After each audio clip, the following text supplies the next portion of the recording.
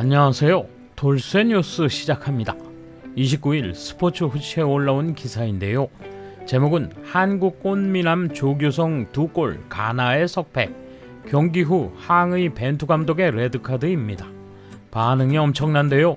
단숨에 댓글 랭킹 1위에 올랐군요. 한국이 가나에 석패했지만 일본 누리꾼들이 경기 내용에 크게 감탄하는 모습인데요.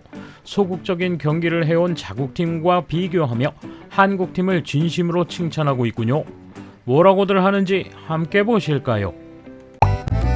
통 크신 구독, 좋아요.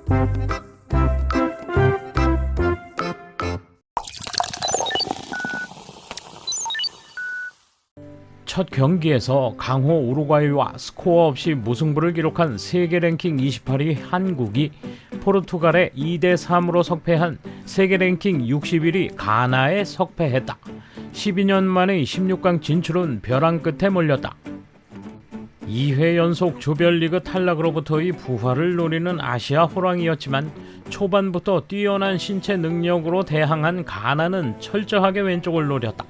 전반 24분에 골 왼쪽 앞 프리킥을 받은 살리스가 골로 연결 1점을 먼저 얻었다. 34분에도 한국은 왼쪽 측면이 무너졌고 쿠두스의 헤더골로 두 번째 골을 내주며 전반에만 2실점하며 힘겨운 전개를 보였다. 지난해 프리미어리그 득점왕인 손흥민도 두 명에게 철저히 마크를 당하며 기회를 만들지 못했다. 그런 가운데 뉴 히어로가 탄생했다. 후반 7분 올해 한국 리그 득점왕이자 인터넷상에서 꽃미남으로 소문난 조규성의 결정적 슛을 가나 골키퍼가 필사적으로 쳐내면서 흐름이 바뀌었다. 첫 우루과이전 후 대박 꽃미남으로 마치 한류 스타 같다며 인터넷에서 화제를 모아 대회 내내 SNS 팔로워가 20배 늘었다는 전북 소속 스트라이커 조규성은 후반 13분 이강인의 왼쪽 크로스에 머리를 대 우선 1점을 만회했다. 곧이어 3분 후에는 왼쪽 크로스를 다시 머리로 맞춰 골망을 흔들어 동점을 만들었다. 하지만 23분 쿠두스에게 이날 두 번째 골을 허용했고 막판 맹공도 결실을 맺지 못하고 경기는 끝났다. 한국이 이겼다면 일본을 제치고 월드컵 아시아국가 최다인 7승째, 월드컵 동일대회 아시아국가 최다인 조별리그 5승째 등 여러 기록이 걸려 있었지만 석패했다. 한국은 16강 진출을 놓고 12월 2일 포르투갈과 일전을 치른다.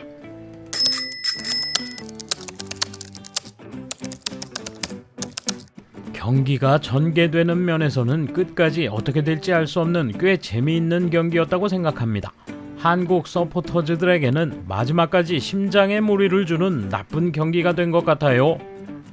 전반 2개의 슛으로 2점을 낸 가나도 훌륭했지만 후반 2점을 연달아 만회한 한국도 결과적으로는 졌어도 간절한 마음이 담긴 좋은 골이었습니다. 한국으로서는 승점을 얻어야 할 가나에 뼈아픈 패배를 했고 감독도 레드카드를 받는 기분 좋지 않은 경기였지만 이번 대회는 아시아 선수들의 건투가 두드러졌기 때문에 조별리그 최종전 일본을 포함한 다른 아시아 국가들이 오기를 보여줬으면 좋겠습니다. 정말 재미있고 볼만한 경기였어요. 전반 가나에 2점 뒤진 상태에서 후반에 한국이 따라잡았고 그 후 추가골을 가나가 넣는 등 엄청난 전개였습니다. 마지막에는 필사적으로 지키는 가나와 파상 공격을 가하는 한국의 모습에서 양측의 뜨거운 마음이 충분히 전해졌습니다. 한국은 어쨌든 공을 잡으면 문전에 패스를 올리는 식의 전법으로 백패스는 거의 보이지 않았고 과감한 공격 자세를 끝까지 흐트러뜨리지 않아 결정적 찬스를 여러 번 연출했습니다. 골키퍼의 훌륭한 세이브에 막혀 결과적으로 아쉬웠지만 이 정도로 졌다면 팬으로서도 납득할 수 있을 것이고 이 자세를 코스타리카전에서 일본이 보여줬다면 지금처럼 비난을 받지는 않았을 것입니다. 어쨌든 축구의 재미가 응축된 경기로서 일본도 매력을 보여주길 기대합니다. 좋은 경기였다. 한국은 한일 월드컵 이후 거친 스타일이 되고 있다. 기본적으로 한국의 스트롱 포인트는 세로로 나아가는 추진력과 크게 오르내리는 스태미너다. 다만 파이팅 스피릿이 희미해지고 있었는데 이 경기에서는 그걸 볼 수 있었다. 그리고 가나도 너무 좋았다. 역시 축구는 득점을 내야 한다. 조금 전까지 멈춰있던 다리도 다시 움직이고 팀에 용기와 자신감을 준다. 이건 시대가 지나도 변하지 않을 것 같다. 나이스 게임이었다. 아주 좋은 경기였어요. 졌지만 고마움을 느끼게 되는 경기 내용이었습니다. 정말 공격의 열정을 보여주는 멋진 경기였어요. 축구의 묘미가 가득했습니다. 반면 우리 일본은 겁만 먹기만 하는 경기 운영을 합니다. 너무 대조적이죠. 그래서 기적적으로 이겨도 만족감이 전혀 없어요. 4년간 이 감독은 자신의 지침 없이 지키고 지키다가 한 방만을 기대해왔죠. 작전은 선수에게 맡겨요. 순종적인 선수로 굳어져서 정말 잘하는 선수를 모으지 않아요. 모리아스에게는 마지막 시합이 될 것 같은데 마지막에는 배짱을 보이며 공격해보지 않겠습니까? 저도 좋으니까 공격적인 즐거운 축구를 보여주세요. 적어도 오늘 한국 경기는 다시 한번 축구의 재미를 상기시켜 주었습니다. 포기하지 않고 계속 공격하는 한국의 자세는 일본이 본받아야 할 모습이었습니다.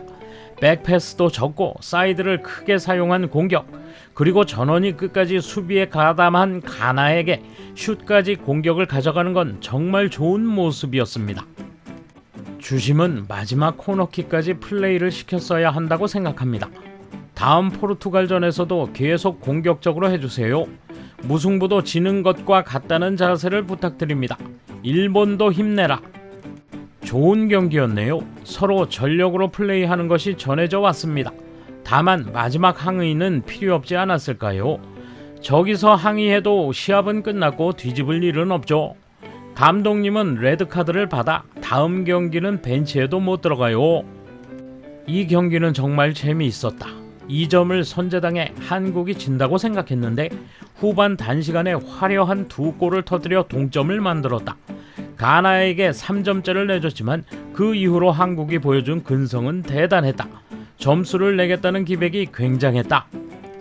지고 말았지만 보는 나로서는 재미있었다. 일본에도 이런 기백이 있었으면 좋겠어. 백패스만 하면 안 돼. 점수를 내겠다는 욕심을 보여줬으면 좋겠어. 일본 팀도 싸우는 모습을 보여줘. 게임으로서 멋진 경기였어요. 두 나라 모두 수고하셨습니다. 아시아 선수들이 무너지기 시작한 건 유감이지만 이런 적극적인 자세는 볼만했어요. 보통 한국은 피지컬도 좋고 패스나 드리블도 잘하고 상대로부터 볼을 빼앗는 것도 꽤 잘합니다. 손흥민에게서는 이번에 크게 눈에 띄는 모습을 볼 수 없었지만 연속 헤딩슛 득점은 대단했어요. 다음 일본 경기도 기대하고 있겠습니다.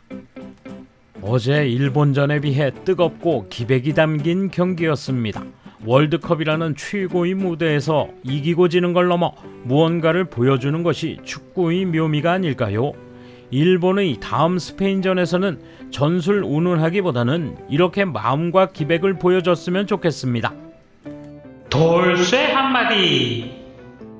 안타깝기 이를 데 없지만 일본에서 이런 평가가 나오는 걸 보면 역시 우리 선수들은 대단하군요. 다음의 드라마가 또 기대되는 오늘입니다. 감사합니다. 돌쇠 물러갑니다. 이번 소식은 여기까지입니다.